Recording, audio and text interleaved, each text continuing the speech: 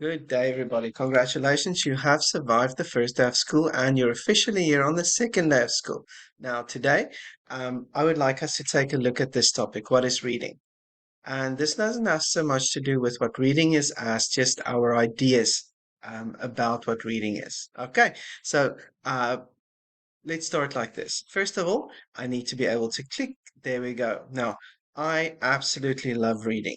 I think it's because of books like these two books. On the left side, you have a book called Pila Sekund. Now, if you don't understand what that means, that's quite fine because I don't think any of you can speak Afrikaans. However, this is a language that I know and I can speak.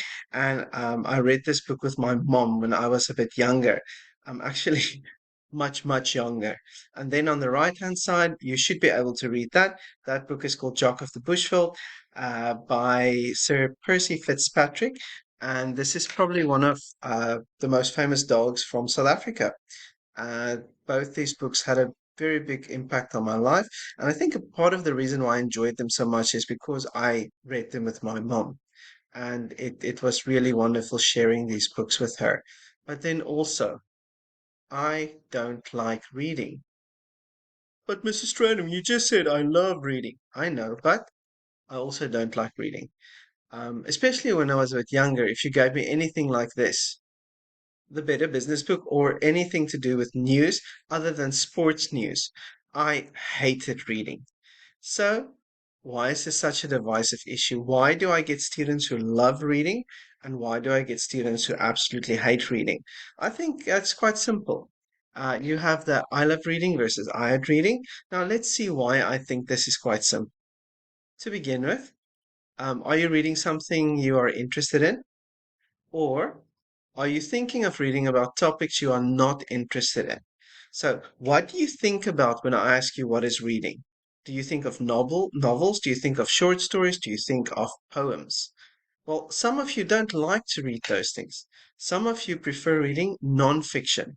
So, the moment I ask you this question, I think it depends on what you're thinking about. That determines your answer.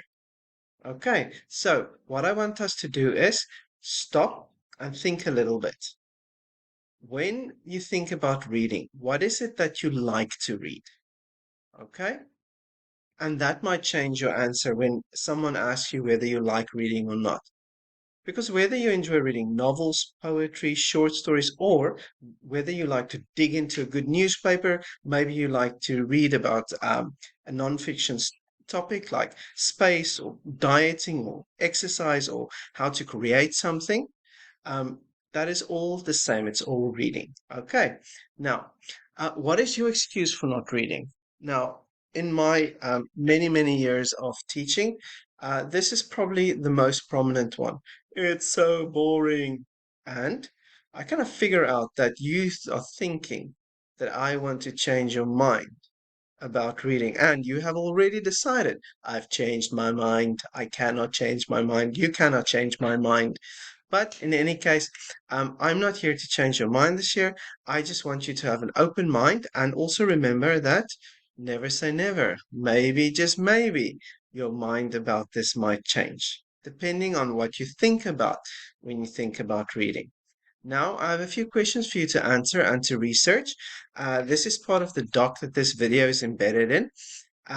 For these questions, I don't want simple single sentence answers. You will see that next to the questions, I added either like a number of sentences that you have to have at least a number of reasons, or that it should be written in a paragraph. Um, Please don't feel limited by what I put there next to the question. But I don't want just one simple single sentence answer. I want you to research, I want you to find good information, and I want you to describe it clearly.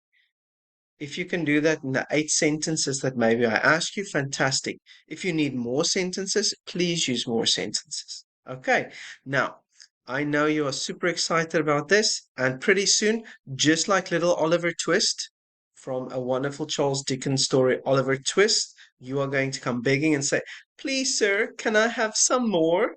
Well, I know. Pretty soon you will all be begging me for some more work. Well, do not fear. for my return to school is very near. Okay, everyone, it was wonderful. I hope that you find some good information about the questions, and I will see you on Monday. Thank you.